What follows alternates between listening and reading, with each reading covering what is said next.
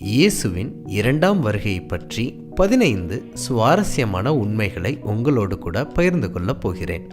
இந்த உலகத்தில் 700 கோடிக்கும் மேற்பட்ட மக்கள் தொகை இருக்கிறது. இதிலே 31% மேற்பட்டவர்கள் கிறிஸ்தவர்களாய் இருக்கிறார்கள். 23% மேற்பட்டவர்கள் இஸ்லாமியர்களாய் இருக்கிறார்கள். இந்த 2 மதத்தினரிடத்திலும் நீங்கள் போய் கேட்டால், யாருக்காக நீங்கள் காத்திருக்கிறீர்கள் என்று விசாரித்தால், அவர்கள் இயேசு கிறிஸ்துவுக்காக நாங்கள் காத்திருக்கிறோம் என்று சொல்லுவார்கள். இயேசுவின் இரண்டாம் வருகை பற்றி சத்திய வேதம் என்ன கூறுகிறது என்பதை பற்றி தான் 15 ஆச்சரியமான உண்மைகளை உங்களோடு கூட பகிர்ந்து கொள்ளப் போகிறேன். காத்திருங்கள். முதலாவது தகவல், ராஜாதி ராஜாவாய் வருவார். அன்றியும் மனுஷகுமாரன் தமது மகிமை பொருந்தினவராய் சகல பரிசுத்த தூதரோடு கூட வரும்போது தமது மகிமையுள்ள சிங்காசனத்தின் மேல் வீற்றிருப்பார். மத்தேயு 25ஆம் அதிகாரம் 31வது வசனம். மற்றொரு வசனத்தை நான் வாசிக்கிறேன். பின்பு நான் பார்த்தபோது, இதோ வெண்மையான மேகத்தையும், அந்த மேகத்தின் மேல் மனுஷகுமாரனுக்கு ஒப்பானவராய் தமது சிரசின் மேல் பொற்கிரீடத்தையும் தமது கையிலே கருக்குள்ள அறிவாளையும் உடைய ஒருவர் உட்கார்ந்திருக்கிறதையும் கண்டேன். வெளிப்படுத்தின விசேஷம் 14ஆம் அதிகாரம் 14வது வசனம். இந்த 2 வசனங்கள் அவர் ராஜாவை போன்று சிங்காசனத்தில் வீற்றிருப்பார், பொற்கிரீடத்தை சூடியிருப்பார் என்று கூறுகிறது. பாவத்திலிருந்து நம்மை மீட்க முதல் முறை அடிமையின் ரூபமாய் பிறந்தார். ஆனால் பாவ உலகத்திலிருந்து நம்மை மீட்க 2ஆம் முறை ராஜாதி ராஜாவாய் சிங்காசனத்தில் வீற்றிருக்கிறவராய் வருவார். 2ஆம் தகவல், மிகுந்த பிரகாசத்தோடு வருவார். மின்னல் கிழக்கிலிருந்து தோன்றி மேற்கு வரைக்கும் பிரகாசிக்கிறது போல மனுஷகுமாரனுடைய வருகையும் இருக்கும். மத்தேயு 24ஆம் அதிகாரம் 27வது வசனம். பண்டிகை நாட்களிலே பெரிய பெரிய பட்டணங்கள் ஒளி விளக்குகளினால் எப்படி பிரகாசிக்கிறதோ அதைவிட 1000 மடங்கு இந்த பூமியே ஆண்டவர் வருகையின் போது பிரகாசிக்கும். அந்த பிரகாசம் எப்படி இருக்கும் என்று நம்மால் கற்பனை செய்து கூட பார்க்க இயலாது. 3ஆம் தகவல், சகல தூதர்களோடு வருவார்.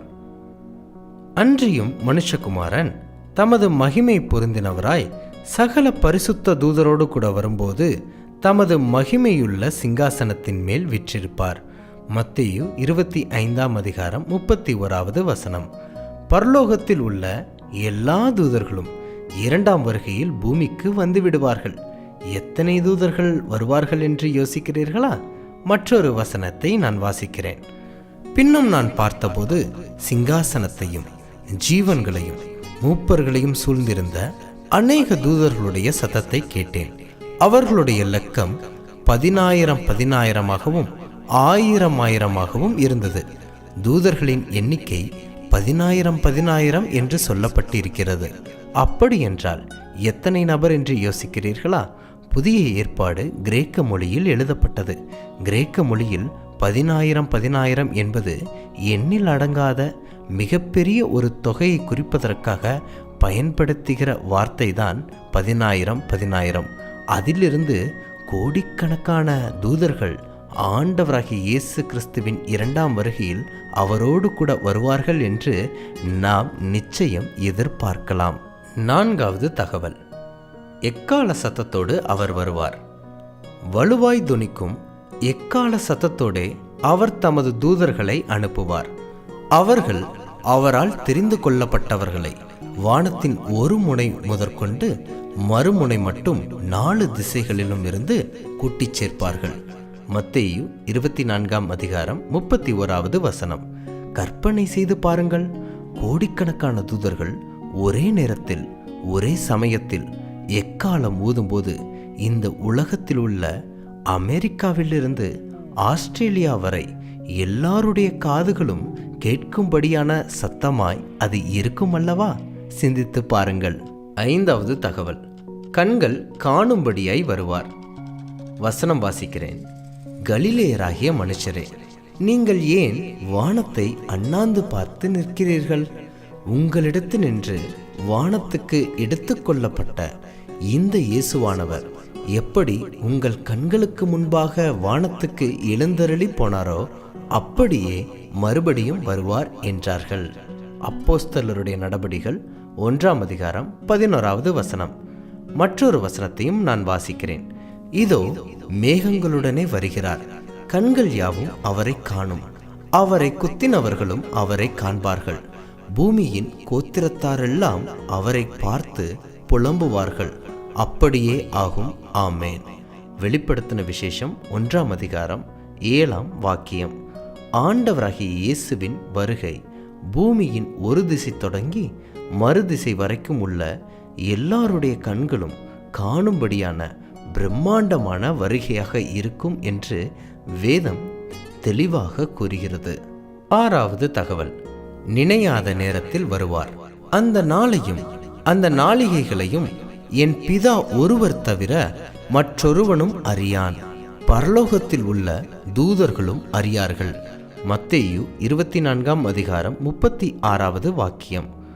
உங்கள் ஆண்டவர் இன்ன நாளிகையிலே வருவார் என்று நீங்கள் அறியாதிருக்கிறபடியினால் விழித்திருங்கள். மத்தேயு 24ஆம் அதிகாரம் 42வது வாக்கியம். இந்த வசனங்கள் ஆண்டவராகிய இயேசு கிறிஸ்து 2ஆம் வருகை வரும்போது எந்த வருடத்தில் வருவார், எந்த மாதத்தில் வருவார், எந்த தேதியில் வருவார் என்பது எவருக்கும் தெரியாது. சிலர் தெரிந்தது போல் சொன்னார்கள் என்றால் அவர்கள் கள்ளத்தீர்க்க தரிசனம் சொல்லுகிறார்கள், அவர்களை நம்பவே நம்பாதீர்கள் என்றும் இந்த வேதவசனம் நமக்கு பாடம் புகட்டுகிறது. 7வது தகவல், பரலோகத்தில் நியாய தீர்ப்புக்கு பின் இயேசு வருவார். வசனம் வாசிக்கிறேன். மிகுந்த சத்தமிட்டு தேவனுக்கு பயந்து அவரை மகிமைப்படுத்துங்கள், அவர் நியாய தீர்ப்பு கொடுக்கும் வேளை வந்தது என்று வெளிப்படுத்தல் 14ஆம் அதிகாரம் 7வது வசனத்தில் குறிப்பிடப்பட்டுள்ளது. மற்றும் ஒரு வசனம் வாசிக்கிறேன். நியாய தீர்ப்பு தேவனுடைய வீட்டிலே துவக்கும் காலமாயிருக்கிறது. முந்தி நம்மிடத்திலே அது துவக்கினால் தேவனுடைய சுவிசேஷத்திற்கு கீழ்ப்படியாதவர்களின் முடிவு என்னமாயிருக்கும் என்று 1 பேதுரு 4:17 குறிப்பிடப்பட்டுள்ளது. இயேசு கிறிஸ்துவின் 2ஆம் வருகைக்கு முன் இந்த உலகத்தில் வாழ்ந்து கொண்டிருக்கிற மரித்தவர்களிலிருந்து உயிரோடு இருப்பவர் வரை எல்லாருக்கும் பரலோகத்தில் நியாய தீர்ப்பு எழுதப்படும். அந்த நியாய தீர்ப்பில்தான் யார் பரலோகம் போவதற்கு தகுதியானவர்கள், யார் பரலோகம் போவதற்கு தகுதியற்றவர்கள் என்று பரீட்சை பேப்பர் திருத்தப்படுவது போல நம்முடைய வாழ்க்கையும் திருத்தப்பட்டு பரலோகத்திற்கு நாம் போவதற்கு தகுதியானவர்களா இல்லையா என்பது தீர்மானிக்கப்படும். பின்னரே இயேசுவானவர் 2ஆம் வருகையிலே வந்து எக்ஸாம் ரிசல்ட் பாஸா ஃபெயிலா என்று அறிவிப்பது போல நீதிமான்களுக்கு பலனான நித்திய ஜீவனையும் அநீதிமானுக்கும் துன்மார்க்கனுக்கும் பலனான ஆக்கினை தீர்ப்பையும் கொடுப்பார்.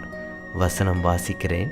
இதோ சீக்கிரமாய் வருகிறேன், அவனவனுடைய கிரியைகளின்படி அவனவனுக்கு நான் அளிக்கும் பலன் என்னோடே கூட வருகிறது. வெளிப்படுத்தல் 22ஆம் அதிகாரம் 12வது வாக்கியம். முதலில் நியாய தீர்ப்பு எழுதப்படும், பின்பு 2ஆம் வருகையில் நியாய தீர்ப்பு ஒவ்வொருவரின் பலனுக்கு ஏற்றவாறு கொடுக்கப்படும். இப்பொழுது உங்கள் பரீட்சை பேப்பர் திருத்தப்பட்டு கொண்டிருக்கிறது. பின்பு தேர்வு முடிவுகள் அறிவிக்கப்படும். நீங்கள் ஜாக்கிரதையாய் இருங்கள். 9வது தகவல், இயேசுவின் 2ஆம் வருகையில் உயிர்த்தெழுதல் நிகழும்.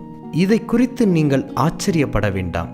ஏனென்றால் பிரேத குழிகளில் உள்ள அனைவரும் அவருடைய சத்தத்தை கேட்கும் காலம் வரும். அப்பொழுது நன்மை செய்தவர்கள் ஜீவனை அடையும்படி எழுந்திருக்கிறவர்களாகவும் தீமை செய்தவர்கள் ஆக்கினையை அடையும்படி எழுந்திருக்கிறவர்களாகவும் புறப்படுவார்கள். யோவான் 5ஆம் அதிகாரம் 28-29 வசனங்கள். மற்றொரு வசனத்தையும் நான் வாசிக்கிறேன். பூமியின் தூளிலே நித்திரை பண்ணுகிறவர்களாகிய அநேகரில் சிலர் நித்திய ஜீவனுக்கும் சிலர் நித்திய நிந்தைக்கும் இகழ்ச்சிக்கும் விழித்து எழுந்திருப்பார்கள். தானியேல் 12ஆம் அதிகாரம் 2வது வாக்கியம். மரித்த நீதிமான்களும் துன்மார்க்கர்களும் உயிர்த்தெழுந்து அவருடைய 2ஆம் வருகையை காண்பார்கள். இயேசுவை சிலுவையில் அறைந்தவர்களும் கூட உயிர்த்தெழுந்து அவருடைய வருகையை காண்பார்கள். 10வது தகவல், 2ஆம் வருகையில் நீதிமான்கள். வசனம் வாசிக்கிறேன். ஒரு இரகசியத்தை உங்களுக்கு அறிவிக்கிறேன். நாம் எல்லாரும் நித்திரை அடைவதில்லை. ஆகிலும் கடைசி எக்காலம் தொனிக்கும் போது ஒரு நிமிஷத்திலே, ஒரு இமைப்பொழுதிலே நாம் எல்லாரும் மறுரூபம் ஆக்கப்படுவோம். எக்காலம் தொனிக்கும். அப்பொழுது மரித்தோர் அழிவில்லாதவர்களாய் எழுந்திருப்பார்கள். நாமும் மறுரூபமாக்கப்படுவோம். மற்றொரு அழகான வாக்கியத்தை நான் வாசிக்கிறேன். ஏனெனில் கர்த்தர் தாமே ஆரவாரத்தோடும் பிரதான தூதனுடைய சத்தத்தோடும் தேவ எக்காலத்தோடும் வானத்திலிருந்து இறங்கி வருவார். அப்பொழுது கிறிஸ்துவுக்குள் மரித்தவர்கள் முதலாவது எழுந்திருப்பார்கள். நீதிமான்களாய் மரித்தவர்கள் உயிரோடு எழும்புவார்கள்.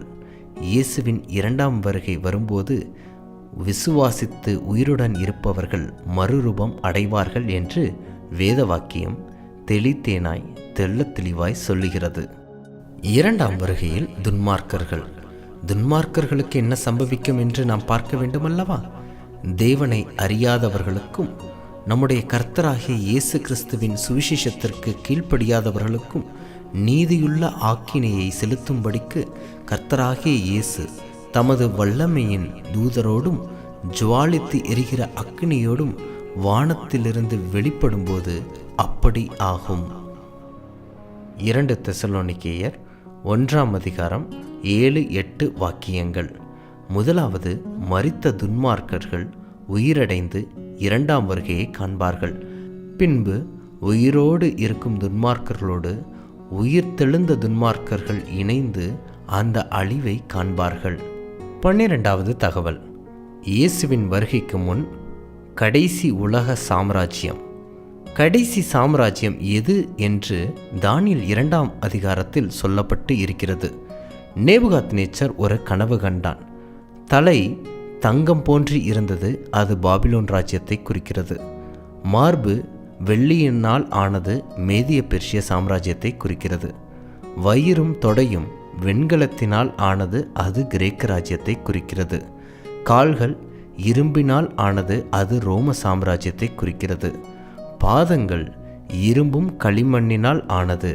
அது இந்த ரோம அரசாங்கமும் பொய்யான திருச்சபையும் தான். இயேசுவின் 2ஆம் வருகைக்கு முன் இந்த உலகத்தை ஆளப்போகும் கடைசி சாம்ராஜ்யமாய் இருக்கும். 13வது தகவல், இயேசுவின் 2ஆம் வருகையே வேதத்தின் கடைசி பிரசங்கம். பேதுருவின் கடைசி பிரசங்கம் இயேசுவின் 2ஆம் வருகையை பற்றினதுதான்.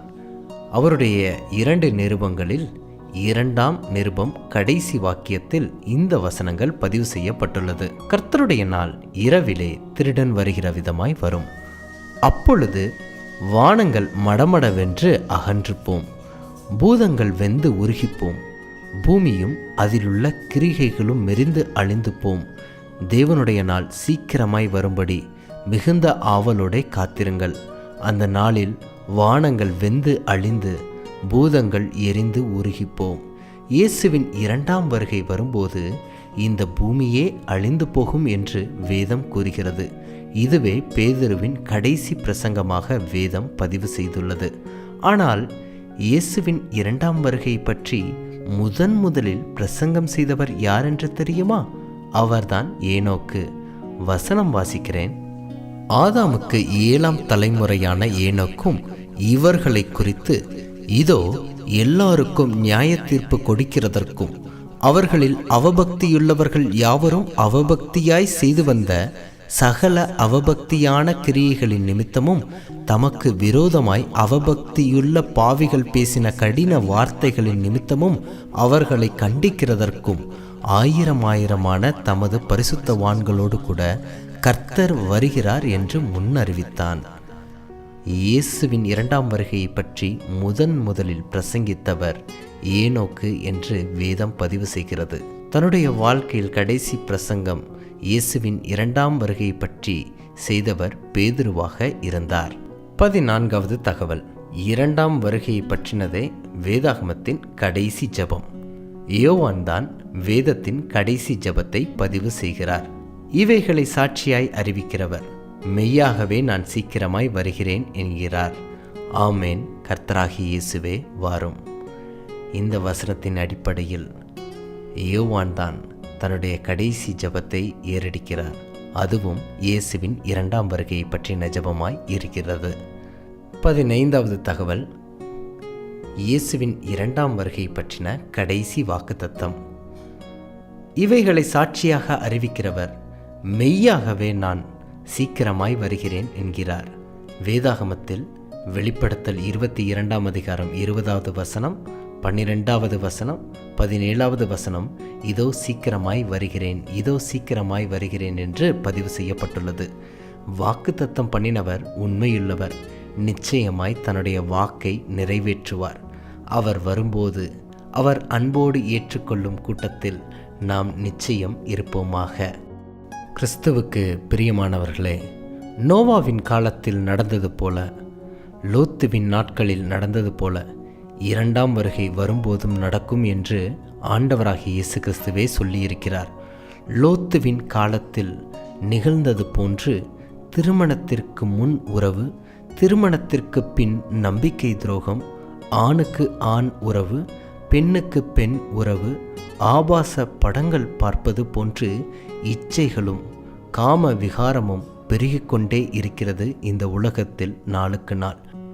நோவாவின் காலத்தில் நடந்த இதை போன்று, லோத்துவின் காலத்தில் நடந்த இதை போன்று மனுஷகுமாரனுடைய காலத்திலும் நிகழும் என்று வேதம் சொன்னபடி இப்பொழுது நிகழ்ந்து கொண்டு இருக்கிறது.